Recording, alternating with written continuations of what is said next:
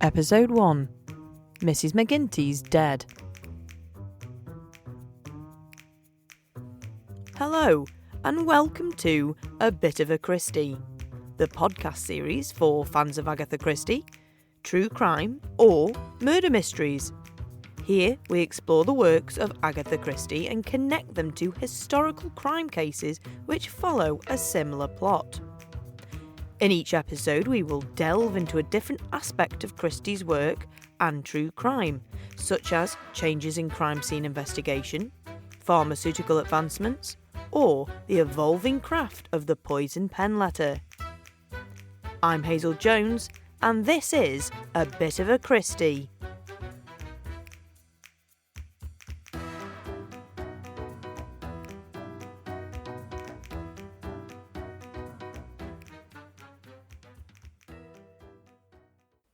In today's episode, we'll be delving into the 1952 novel Mrs. McGinty's Dead and exploring the fascinating similarities with the real-life murder of Alice Wiltshaw from the same year.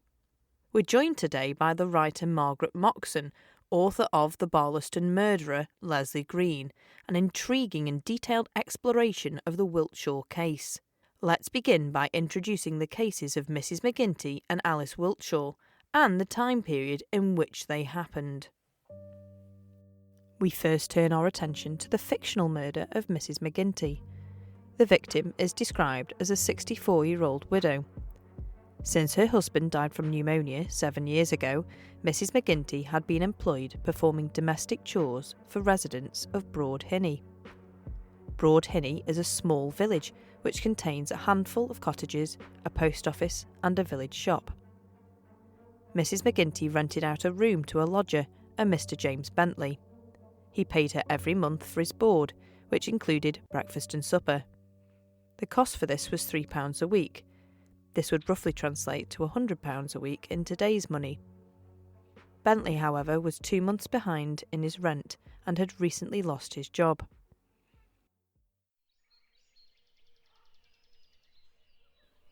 On the date of the 22nd of November, the baker called at Mrs. McGinty's property with a bread delivery.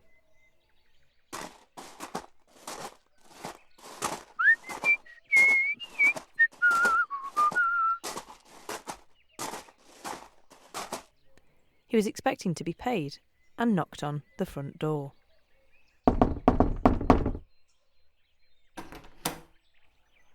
The lodger, James Bentley, opened the door and went to Mrs. McGinty's bedroom so that she could pay for the bread.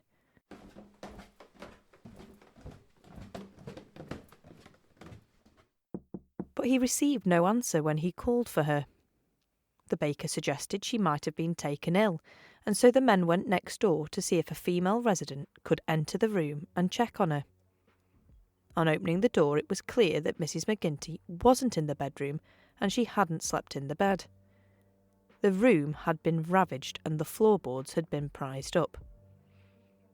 The attention of the three witnesses then turned back to the search for the elderly charwoman. Going downstairs, they went into the parlour. The scene they found was one of devastation, as Mrs. McGinty lay on the floor with clearly fatal injuries. Police concluded that Mrs. McGinty was hit on the back of her head with some sharp, heavy implement. £30, about £1,000 in modern terms, had been taken from her ransacked room. However, her cottage wasn't broken into, and there were no signs of any tampering with the windows or locks. The missing money was later found hidden under a loose stone at the back of the cottage. Further investigations by the police revealed James Bentley's coat sleeve had blood and hair on it, and these were the same blood group and type of hair which Mrs. McGinty had. James Bentley claimed he was never near the body, certainly not close enough for cross-contamination of his clothing and the crime scene.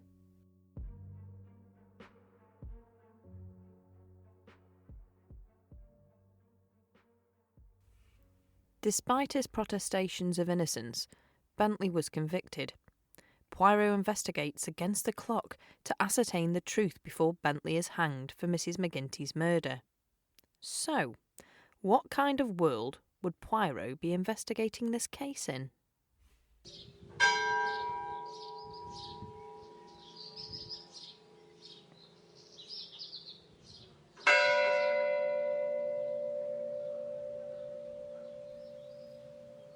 1952 saw a major change in the UK, with George VI passing away on the 6th of February from coronary thrombosis at the age of 56. His young daughter Elizabeth was about to start a royal tour of Australia via Kenya. The news of her father's death was broken to her by her husband Philip, as they had just arrived in their Kenyan home, Sagana Lodge. The new Queen inherited a well-known name as Prime Minister, with Winston Churchill well into his second spell in charge of the British government. Identity cards, a hangover from the Second World War, were scrapped and tea rationing ended. The Great Smog enveloped London, causing an estimated 4,000 deaths. The now highly recognised scientist Alan Turing was convicted of gross indecency for homosexuality, and Charlie Chaplin was told he would be refused entry on returning to the United States after the UK premiere of his film Limelight. This seemed to be under suspicion that he held sympathetic views on communism, was involved in a paternity suit, and chose to date and marry younger women. Sooty and The Flower Pot Men made their televisual debuts, and another important debut was made, but this time on the stage. Agatha Christie's The Mousetrap opened on the 25th of November and has been running ever since. In the same year that Mrs. McGinty's Dead was published, an eerily similar mystery arose in Stoke-on-Trent. Our special guest today, Margaret Moxom, has joined us to share her thoughts on the mysterious murder of Alice Wiltshaw. Much like Poirot, she asks whether the accused was wrongfully convicted. Before that, we reach back into the archives to read how Mrs. Wiltshaw's death was reported at the time. The date is the 18th of July 1952, and the Staffordshire Weekly Sentinel reports about a brutal murder on their doorsteps. Police statement. Superintendent T. Lockley, head of Staffordshire CID, took charge of the inquiries and made the following statement to the Weekly Sentinel. When Mr. Wiltshaw returned home at about 6:20 p.m, he found his wife lying in the entrance hall in a pool of blood with severe head injuries. To all appearances, there had been a severe struggle. It looked as if Mrs. Wiltshaw was possibly struck about the head with a hammer or a piece of wood. A poker was lying nearby, and whether Mrs. Wiltshaw used this in an effort to defend herself, we do not know. Dr. H.J. Brown, who lives 2 doors away, was immediately called in, but he could only confirm the fact that the death had taken place. How the house was entered, we do not know. The intruder could either have got in by the front door or the back door, as neither was locked. Apparently, no one heard any unusual noise and no screams. We are anxious to trace a youth seen in the vicinity around 4:30 p.m. He is described as 17 or 18 years of age, dressed in a greyish suit of average height and with no hat. He was hanging about in the neighbourhood during the afternoon. We are also anxious to trace a young woman who we believe called at the house during the early afternoon. She might be a friend.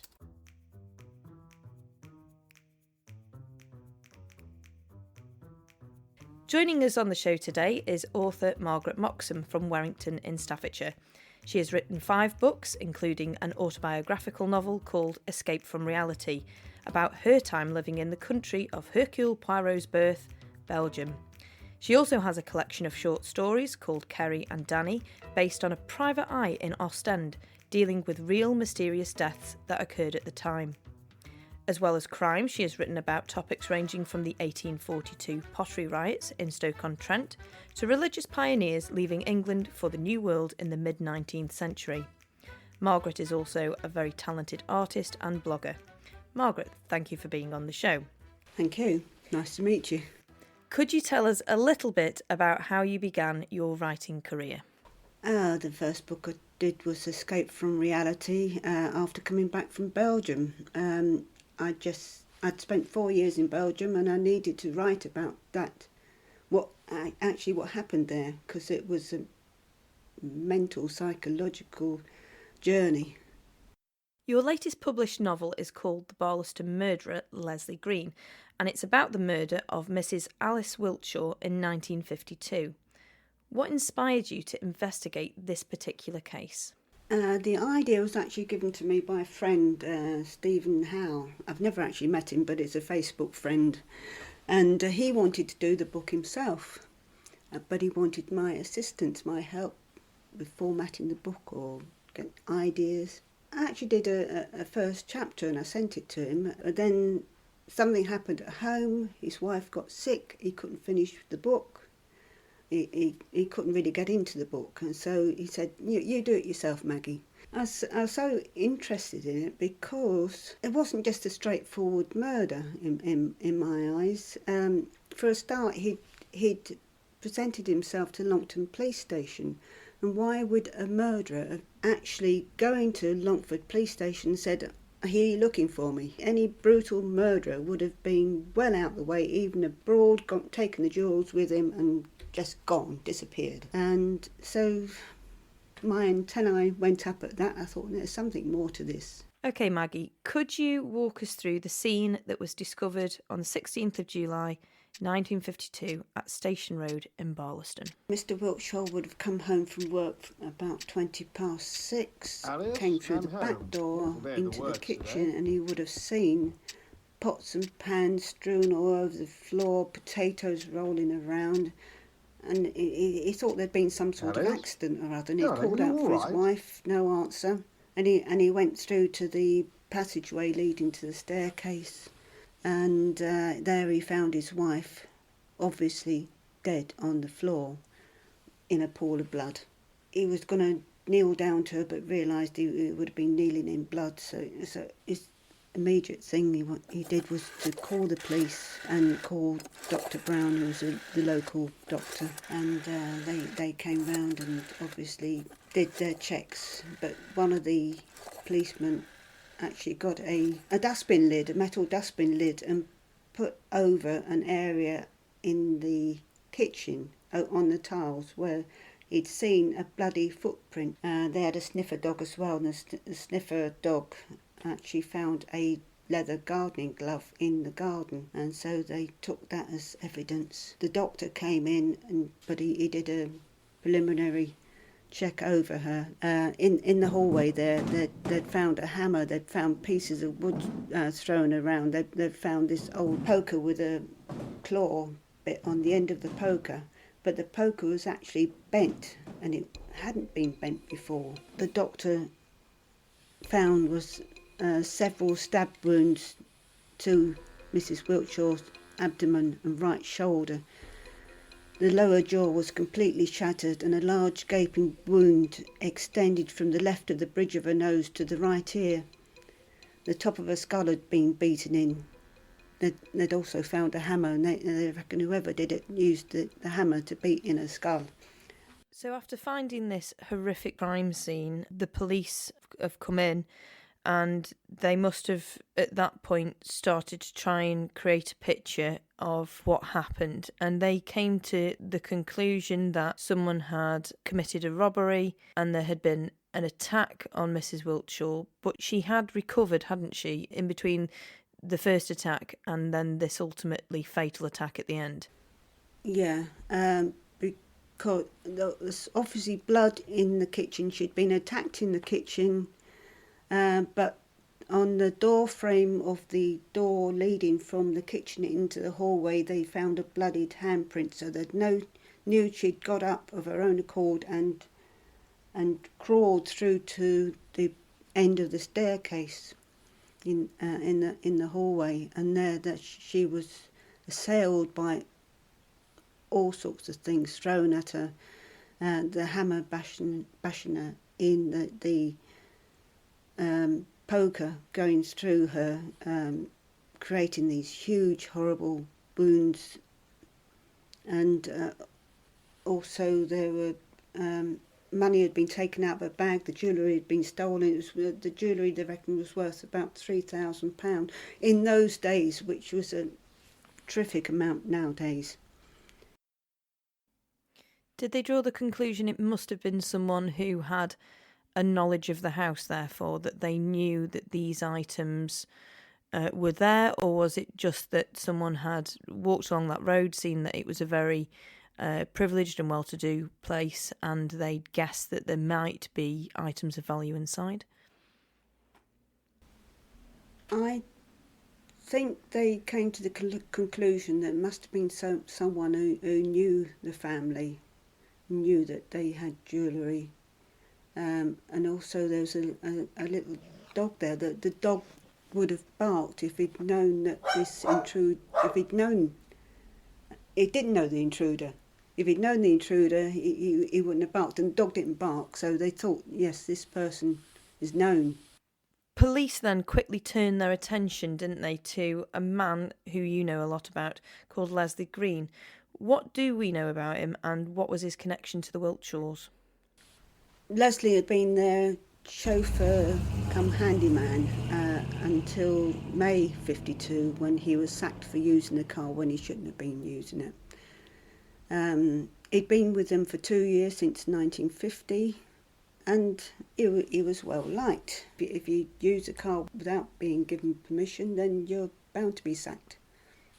Did he have a resentment against the Wiltshaws for this sacking? Was there anything known about his contact with them afterwards, or was it that he was dismissed and that was that? Yes, he was out of a job. He needed money, and he couldn't get a job because he didn't have a reference. So Leslie Green had been unsuccessful in this job. What do we know about his previous jobs or his life growing up? What we do know about his life growing up was that he had 2 spells in Borstal. I couldn't find anything much about his how he grew up, apart from growing up in Leeds, because I couldn't find anything on the Heritage website. He was born 4th of December 1922, so that's after the latest heritage sites are available. I even went on to a Leeds website asking questions if anyone knew him, but I didn't get anything back, unfortunately, so there was not much I could glean from anything about his youth. But he was in the army. He went into the army when he was 16 in 1939, and he didn't come out of the army until 1948. He did get married in 46 to Constance Gunn, and they did have a child, Gillian. So we know that Alice lived in a very luxurious property and that she had a lot of time on her hands. She was a lady of leisure. She was able to enjoy the finer things in life. What would life have been like for Leslie?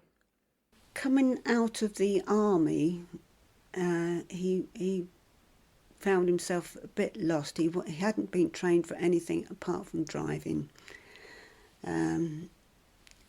He got a few jobs. He got a job with a baker's delivering. He got a job with insurance company. But none of these jobs lasted long. He couldn't keep to anything. He also had a nightclub job as a bouncer at the Cameo in Longton. That's where he met up, as he said, with friends Charlie and Lorenzo. He finally got this job with the Wiltshaws, and he found that more interesting than the other jobs because he was going here, there and everywhere, and he liked driving the car. The car was a status symbol to him. People looked at him, oh look, a beautiful car going by. And he had a nice uniform to wear as well. So he loved it, but he stayed there 2 years, but then things started to change. And he started to want more. And he went to Leeds, and there he met Nora Lammy, a nurse, and he started going out with her. Didn't matter to him somehow or other that he was already married with a daughter. And that's where I think the psychopath part of him comes out, and which I wanted to bring out in the book, because psychopaths don't have any feeling for anyone, really. You know, he didn't care if his wife still had a mortgage to pay on their place in Blurton. He didn't care if he wasn't paying payment for his daughter. What I've said in the book is when he met this Nora Lammy, he started calling himself Terry. she knew him as Terry now. And in my book, I've taken Terry to be the psychopath part of his personality. Terry was the one who wanted everything. He wanted fame and fortune, but, Leslie was holding him back, losing jobs, no money, whatever. So he still had to do petty thieving. He grew up in a bad neck of the woods in Leeds, and he had to thieve to put bread on the table. And that was what he knew. That's why he ended up in Borsal a couple of times. So he carried on with that. He'd lost his job now with the Wiltshaw, so he had to get some money in from somewhere. As you mention in your book, The Barlaston Murderer, Leslie was cooperative with the police, wasn't he? When he actually walked into Longton Police Station, he actually, would you believe, told them that he had a place in Beeston Street in Longton where he had a lot of stolen stuff. There was a wallet and a driving licence that he'd nicked from someone called Harold Ratcliffe in Western Coyney, a shirt, a few other things. And so the police went immediately to that place and they found him. And that's when they held him in the cells because they'd found all this stolen stuff. Obviously wanted to keep him there to try and investigate further whether he was part of the Wiltshaw murder. And that gave him a chance. The local newspaper, when they reported it at the time, gave a very clear window for when this murder could have happened. They said that Mrs. Wiltshaw had taken a telephone call at 5:15 and that at 6:20 she was then found. So that gives us an hour and 5 minutes unaccounted for. Where does Leslie say that he was at that time? Well, as for the time, yes, she took a call at 5:15 and the two maids left at 5:25. And Mr. Wiltshaw wasn't due home till 6:20. So it's in between that time. But the police had to work out whether he could get from Barlaston Station to the house, to Estrel House, do the murder and the robbery and get back to Barlaston Station in that small amount of time.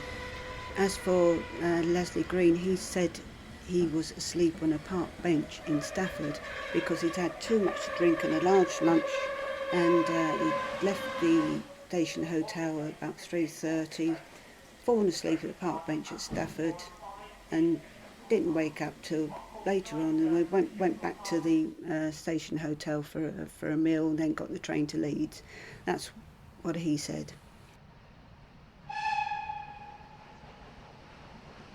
We now take a journey ourselves as we travel back to the fictional world of Broad Hinny and the murder of Mrs. McGinty.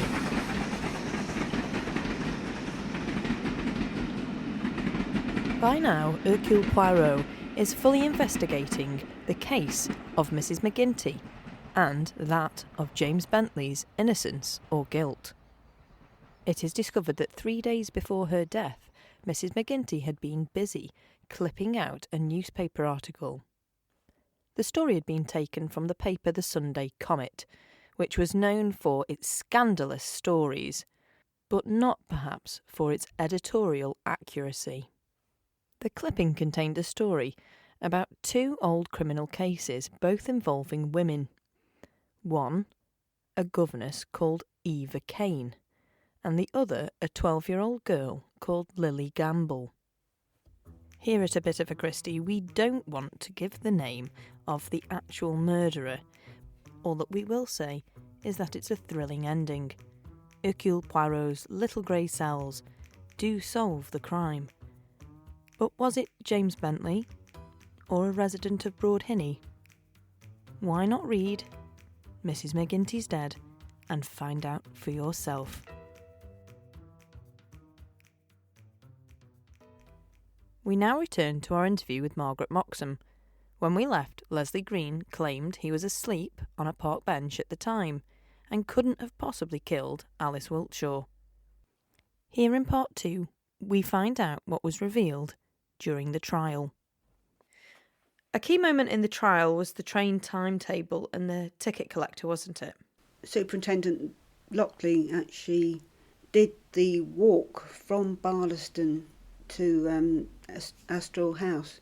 He wanted to see if it possibly could be done in the short time that they had for Leslie Green to do the walk, get to the house, do the robbery, do the murder, get back again. And the 5:10 train to Bardeston got in at 5:40. So that gate allowed him basically 7 minutes each way to get to Estoril, get back again, to get the 6:05 train to Stafford, allowing him 11 minutes in the house.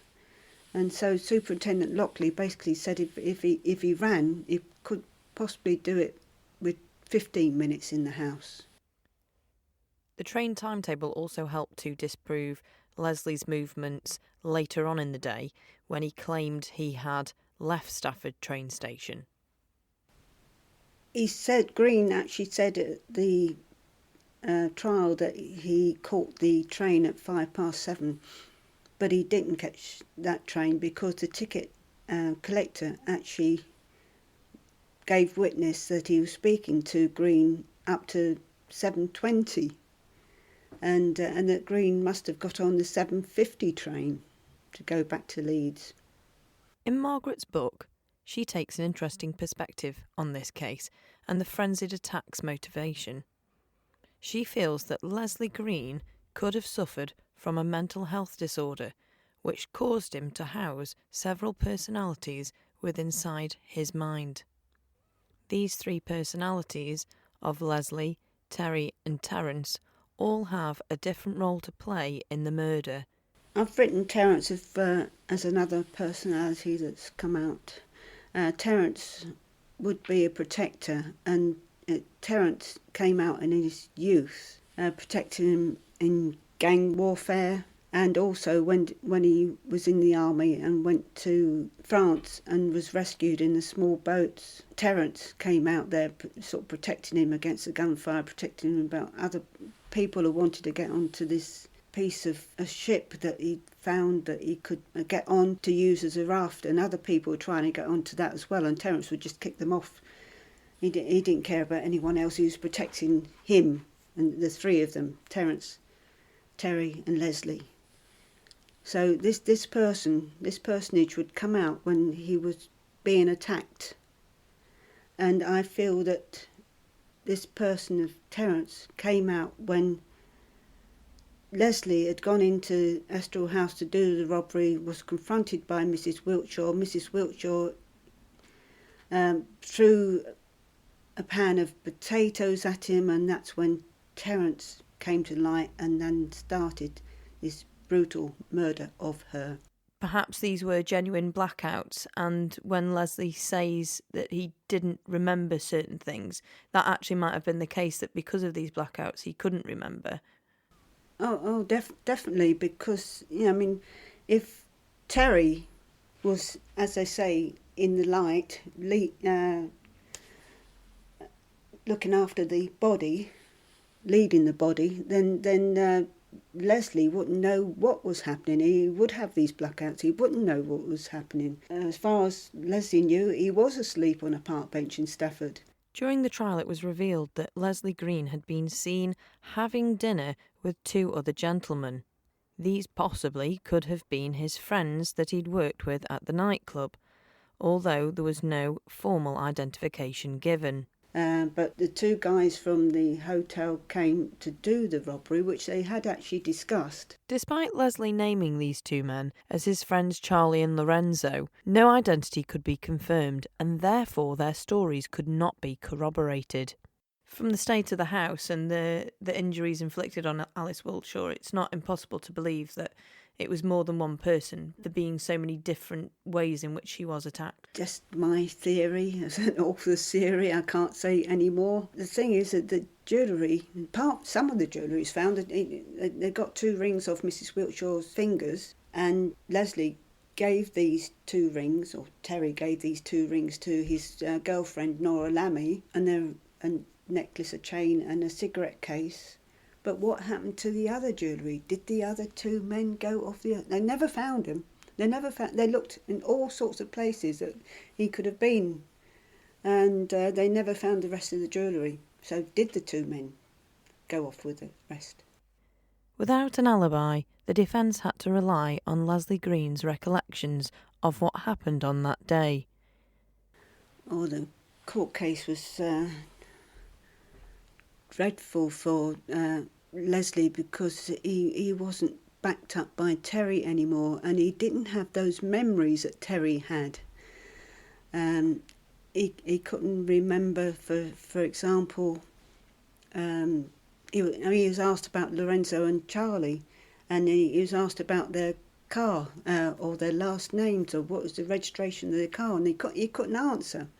And that's why the jury actually thought, well, he's made up these people, and he's just trying to get off with it, saying that this Lorenzo and Charlie had done the robbery, had done the murder, and that's why the jury only took 29 minutes to come forth with a reply of guilty. As the case unfolded, there was yet more strong evidence against Leslie. And what became of the bloodied footprint that was found by the police, and a dustbin lid was put over the top? Were they able to match that up to anything? Well, first of all, I'll say that when Green presented himself at Longton Police Station, they went through his belongings and they found these trainers' sneakers with a strange pattern on the sole, not a usual pattern. They took those to measure up this print in the blood in the kitchen at Estoril House, and they seem to meet. They seem to correspond. The sole on the shoe seemed to be the same as the print in the blood, and so that was another thing against him. I mean, what Green said was basically, I mean, I got them from a friend in Manchester. He brought them over from abroad. He could have given them to anyone. Any numerous number of people could have had them. That was his defence. But again, he couldn't remember anything about those shoes being in that house because the Leslie part of him had blacked out. Were there any other pieces of evidence that the police had other than the glove and the footprint and the fact that the timetabling of the trains didn't entirely match up? Well, they actually got a ticket that a train ticket. His train ticket he purchased at Barlaston. They'd got that, so they knew what train he was on, and also they found the RAF style coat on a train at the end of the line, and that coat had been on the train the 7:50 train from Stafford, and so they knew exactly what train he was on. Everything else was lies. I mean, by the time in this court case, I mean, Leslie was so perplexed, wound up, couldn't remember anything, that he was basically saying, you've made it all up.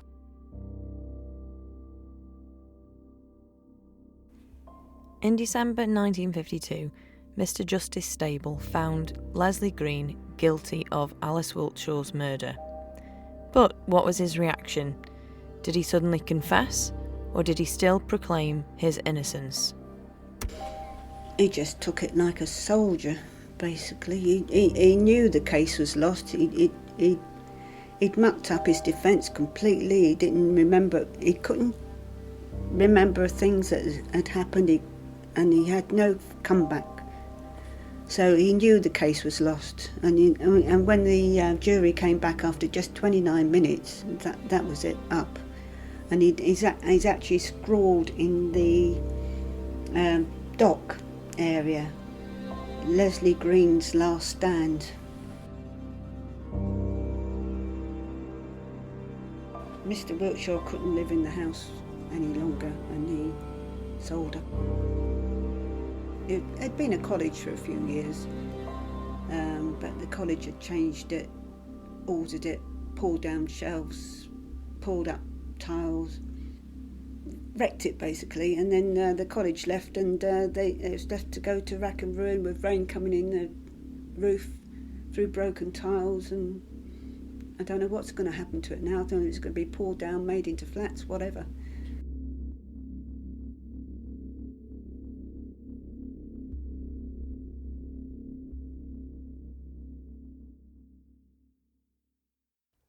A Bit of a Christie would like to thank Margaret Moxom for coming onto the show today and sharing the tragic story of the death of Alice Wiltshaw.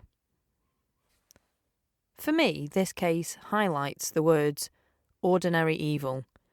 Alice was a housewife in her home, making tea for her husband, and the worst possible thing happened to her in her place of safety. The actions of that half-an-hour period went on to affect the lives of the Wiltshaws and also Leslie's family, his wife and his daughter. The fact that this case took place just 6 months after Agatha Christie had released Mrs. McGinty's dead goes to show how accurate Agatha Christie was in seeing the secret side of English village life, the evil that lies in ordinary lives.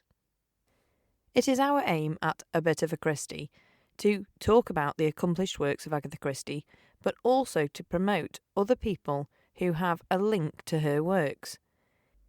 Margaret is in the process of writing 2 more books, and here she tells us what we can look forward to. Well, the first one is about the RAF Ford explosion of 1944. So that's the 27th of November 1944 it happened. I've been given actually loads of information by the grandson of the lady who set up the temporary morgue. Plus I've interviewed people and I've got stories online from people who actually experienced it, what happened to them. And I'm incorporating that all into this book. And the second book?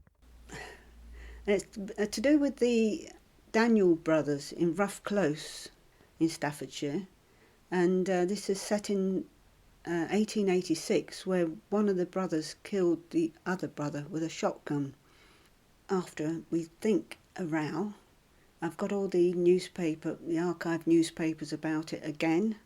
So, and I've got all the trial, so that's all going in. But what I'm going to also build in is a century later or more, when another family is there, just moved into the house, and they start experiencing ghostal phenomena. If people wanted to find out more about your work or buy one of your novels, what is the best way for them to do that? Most of them are available on amazon.co.uk. You can go onto my website, which is Maggie Moxom, that's all one word, .artweb.com. And that will show a few of my paintings that I've done as well. And all of these links can be found in the podcast description below where you are listening now.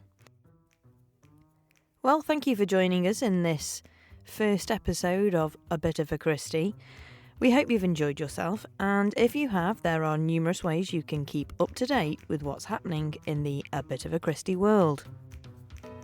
Simply type, all one word, A Bit of a Christie into the search bar on YouTube, Facebook, Twitter or Instagram. Failing that, the links are all in the description below. Episode 2 will see us focus on the book 3-Act Tragedy, and we will be talking to West End actor Julian Holt. We'll be asking Julian important questions, such as what is life like as a modern day actor? Do we still need stage names? And how exactly do you take on the personality of a beaver? See you next time on A Bit of a Christie.